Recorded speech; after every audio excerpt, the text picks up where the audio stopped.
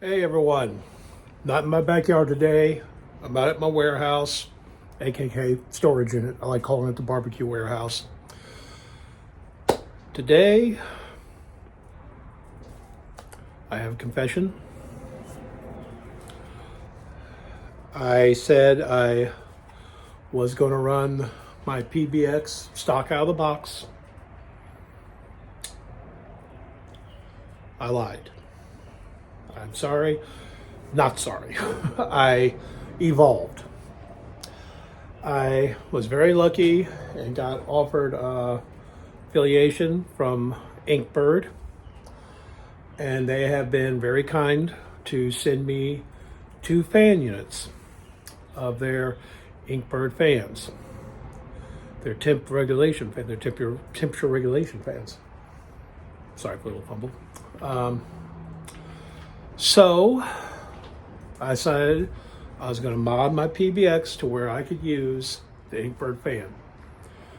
It was a little bit of a challenge because it isn't just a plug and play. I had to think about it, strategize about it, and Frankenstein it a little bit, but I got it to work. And on my first practice cook with that Inkbird, my PBX barrel ran a steady 285 to 300 the entire cook. It was wonderful, and the results were amazing. It's probably some of the best competition ribs I have ever made. Those things would get a call. I have no doubt. If not a call, they would have easily been top 10 or top 15. So, on the Pit Barrel Cooker Reddit forum, somebody asked me, how did I mod it? So I decided I was going to do a little video showing how I modded my pit barrel and some things you got to do to make sure it works. So hey, no cook, but let's get to cooking and show you how I did this. First off, I'm going to show you which model of the Inkbird fans they sent me. Wonderful model. Let's go ahead and show you. Okay, everyone. Here's the model they sent me. It's their Inkbird Smoker Controller ISC-028-BW. Wonderful model. Has a LED screen here to show your temp.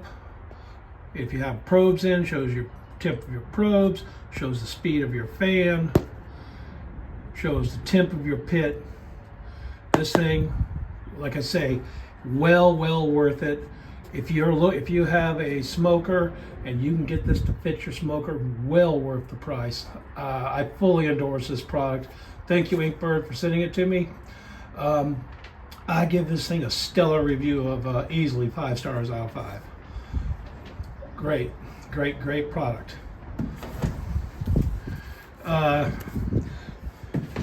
So I'm going to now show you what I had to do to get it to work on the pit barrel.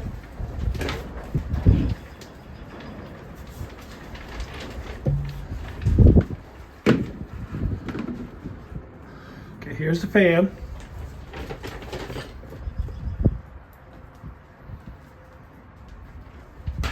Here's the power source. Just plug it in.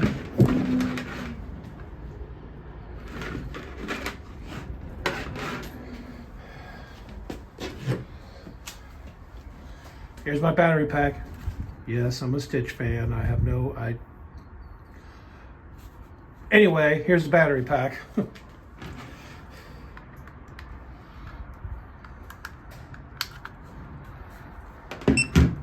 Here we go. Starts up. You see here's your target temp. You can go ahead and set it.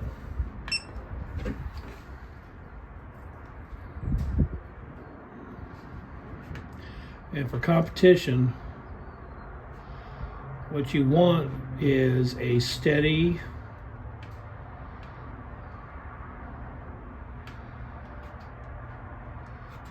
you want a steady 285, maybe 290. Oh, 291. Let's. Oops.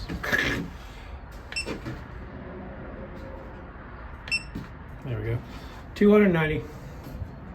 This button here is what would activate the fan. Got to have the temp probe in for it to work. So I'll go ahead and get that real quick.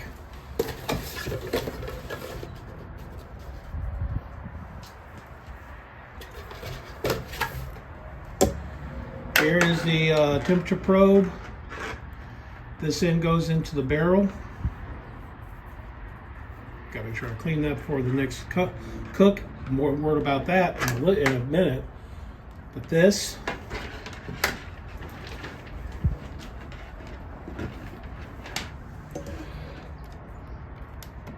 plugs into there. Shows what your temp is for your pit. Hit this. There you go.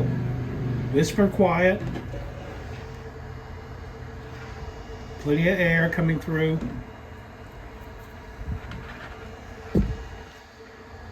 Yep. I don't know if you guys can hear it,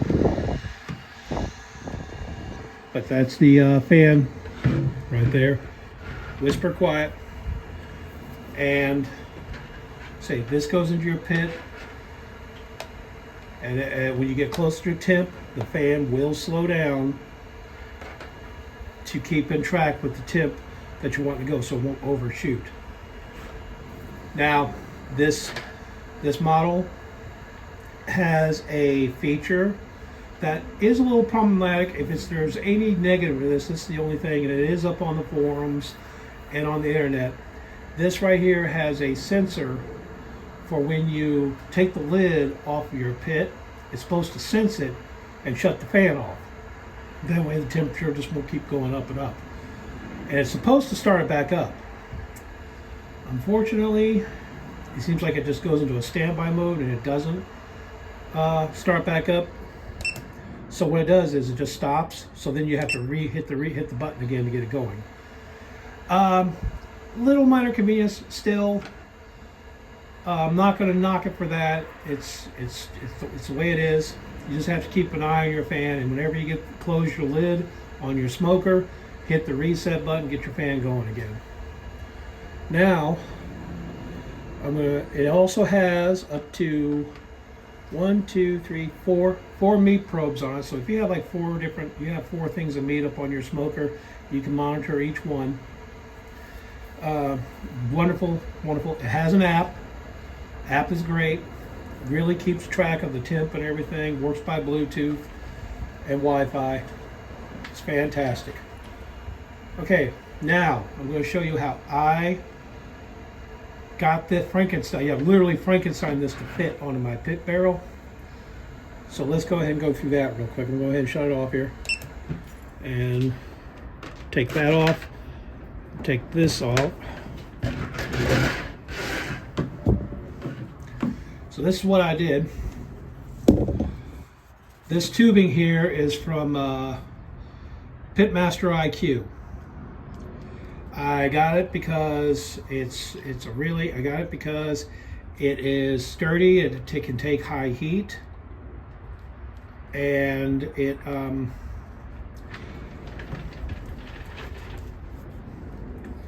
fits the adapter that I needed for the pit barrel. That's the main thing. So this is what I did.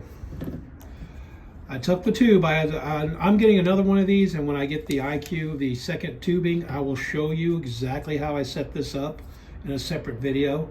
But basically what it is, I had to trim off a little bit of the tubing, put a little slit in it, slip it up over here, up over the nozzle, then tighten it down with zip ties. Then to make sure that there was no leaks, I took some flue tape, put it around here. Good, nice seal. No air leaks now from that end. It's all coming out the end of the hose. That's what you want. So yeah, and this, like I say, wonderful. Kept my temp on my PBX 285 to 300. Perfect for competitions. I'm using this in my next comp. And that will be talked about at the end of the video because it's coming up real soon, folks. I'm in a competition. And it's an open competition. I'll talk about it here in a little bit. But let's go over to the PBX now, and I'll show you how I monitor. My PBX And now this thing here is competition ready now. Can't wait to run it at a comp. So let me show you what I did. And like I said, you don't have to do this, but to use the Inkbird, it's necessary to do some modifications to be able to use the Inkbird 028 on a pit barrel. But let me tell you, the temp control makes it worth it. So now we're going to go look first. Zoom in on that import. That's the first thing I did. If you'll see, here's the import take. What I did is I took the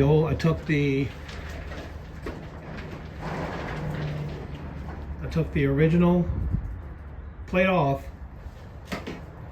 I put that intake on there. That also is from Pitmaster IQ. So I put that on there, tightened it down, and then I put flue tape all around it. There was a little bit of a gap on the bottom. It didn't cover the entranceway completely, so I went ahead and put flue tape all around it, sealed it up, and just on the outside. And then, like I say, I put the flue tape on there, made a nice seal, no leaks, airflow directly into the pit barrel, which is what you want. So now I'm going to show you what I did next. I'm going to get the lid off and I'll show you what I did next. Okay, this is the second modification I did on the PBX to get it ready for competition. I got a deflector plate to help spread the heat, protect the food, and it's a pinwheel deflector plate. You can open up the vents to let more smoke and more heat out from the bottom, and that's what I'm going to do in my comps. I'm going to open it about halfway, or maybe about this much right here, just enough to let the smoke extra heat out. I'm setting it on the center grate, and that way I can put my ribs or chicken thigh pans, whatever, right here on the center grate. The center grate is so close to these charcoals. I just want an extra insurance that they're not going to scorch or burn. So that's why I have this, just to protect the meat during wrap phase and sauce phase. Link will be in the description. This was from I got this off of Amazon. I can't remember the name of the model, so I'll go ahead and put that link in the description. But yeah, that right there worked great and did a fantastic job of keeping the heat. This was done, like I say, for the wrap and sauce phase. Now, let's back up a little bit. Okay, something happened to my audio here, so I'm just going to do a voiceover for what I did next. You put the hose up onto that intake, set your temp. And then what I did was, since I was hanging the ribs, I plugged the holes with aluminum foil, the two on the side there. On the front and the back, plug those up with foil. Still use the rebarb. In the next competition, I may not use the rebarb, we'll see. But yeah, that's what I did. You plug that up and you keep the center one open, center and back open, so they can act like a chimney. So the smoke can escape from those two holes. So yeah, that's what I did. Like I say, sorry for the audio. I have no idea what happened to it. It just completely cut out. But anyway, yeah, so foil to help regulate the temp and help the Inkbird be able to operate. You have to plug up at least those 4 holes to be able to get it to do it. But yeah, it worked great. And I am so excited to use it in competition because my PBX has been Frankensteined into a competition barrel, and I am looking forward to using it. Oh yeah, I wish I could remember everything I said here, folks, but hey, it happens. Technical difficulties happen. But that thing right there worked great, and I can't wait to use it again with the Inkbird fans. Link will be in the description for all these products, by the way, including the PBX. But yeah, all right. Okay, well, this is going to be great. Thumbs up to it. And I will see you. Let's get on to the next part. Okay. I glad I modded it. No apologies for saying I was going to run out of stock and then change my mind. No apologies about that. But here's some news. The Holy Smokers of St. Andrews in 2 weeks on May 2nd will be out at Korte Meats processing for their second annual rib burn. My team is going to be making their debut in 2 weeks at the Korte Meats, the Korte Rib Burn. Over 50 teams there. It's a huge field. It's a pretty big field for a small venue. Over 50 teams. This is an open event. We're not going up against other backyard cookers or pit masters, pardon me. We're going to be going up against pros. We're going to be going against Only Cans. He's a local team here. Guy's great. We're going up against Take It Easy Barbecue, another great guy. I already know they're the favorites. And best of luck to them, and I hope they do well. We are going to do our best, though, the Holy Smokers. Our goal, have fun. That's our goal. Our goal is to have a good time, do the best we can do, have the best cook we can do, and just really, really do our best. That's all we can do. And that's what we're going to do. We're going to do our best. We are going to go ahead and my goal is at least not dead last. Not dead last. I'm hoping we'll hit top 20. That's my desire. I want us to get in the top 20 somewhere. Top 20 cooks. That's my desire. If we hit top 10, we won, in my opinion. But yeah, that's what's up. So 2 weeks.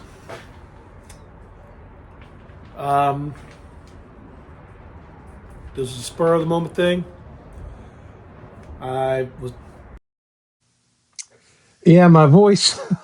God, so sorry. My mic cut out again for some reason. I have no idea.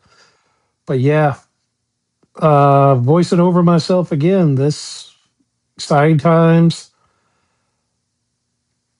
and just I'm looking forward to this. My team's going to be out there on May 2nd at the Korte Meats second annual rib burn, and we're going to do our best.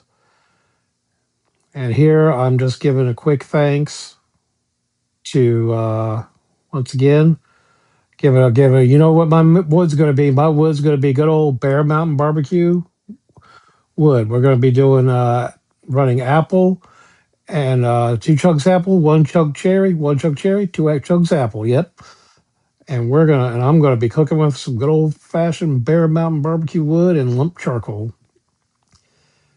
But anyway, yeah, I'm sorry about my sound cutting out, but you know what? It is what it is. So hey, I'm just pouring my heart out here, folks. Just pouring out my heart.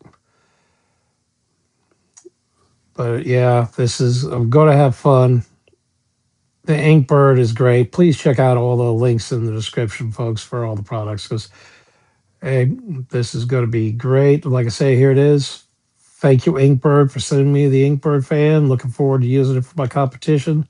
With your help, I think I'm going to do well. So yeah, like I said, hey, here we come.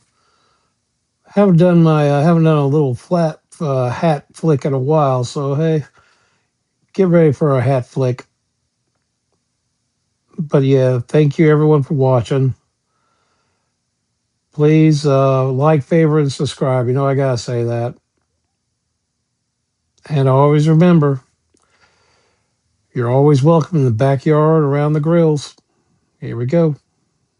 Let's do it. Let's go. Is it coming? Is it coming? Am I going to do a little hat pop? Am I? Come on, Bo. Do a hat pop. You haven't done a hat pop in a while, man. Pop. There we go. There we go. Let's get to cooking. See you guys later.